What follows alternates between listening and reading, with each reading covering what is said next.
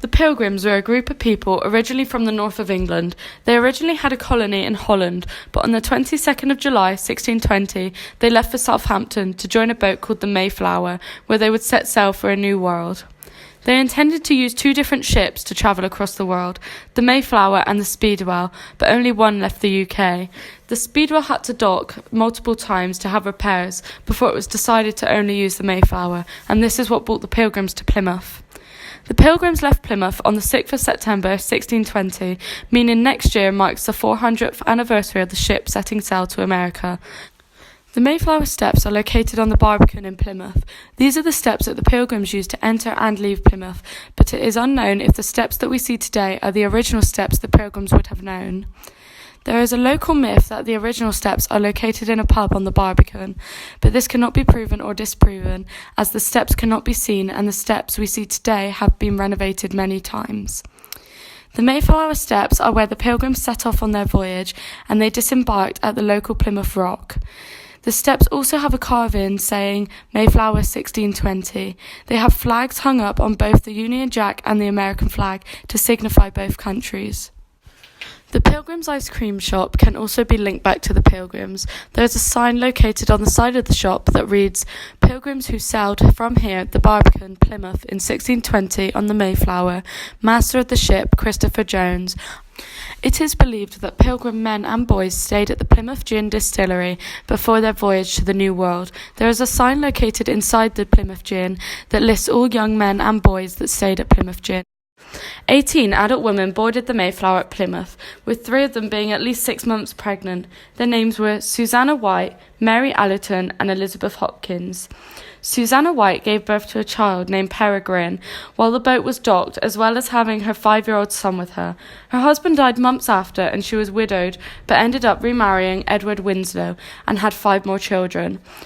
The journey to America by the Pilgrims is now described by Helen Chamberlain. And they had a very difficult voyage over to America, which took just over 2 months,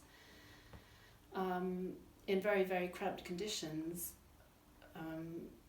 The middle section of the ship, or the tween decks I think it's called, for example, would have been no more than, say, about 5 feet in height, so it was very, very cramped.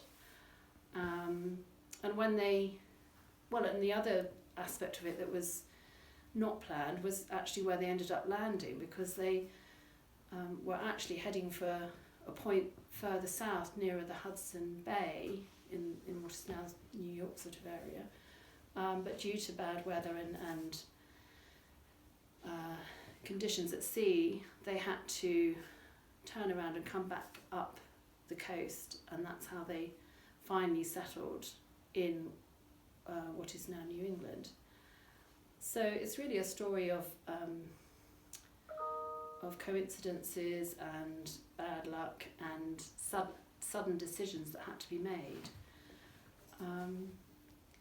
And I think probably what's the other strange thing about it is it's not like it was the first colony established in America. There had been several other colonies established, none of which really were terribly successful along the East Coast, and resulted in a lot of deaths through disease and fighting. So it's interesting that this was the story that lasted, that people decided that this was the one that was going to speak of the beginnings as such as people thought of it as America, or of the settlers in America. The Pilgrims landed in a modern-day Cape Cod, but aimed to go to the colony of Virginia. They made attempts to make their way to the colony, but the ocean was too rocky, and they decided to go to Providence Harbour on the 12th of November. A colony called Plymouth Colony was made in 1620 and was a colony until 1691. In terms of history, this colony only ran for a short amount of time, but it does hold a special role in modern-day American history.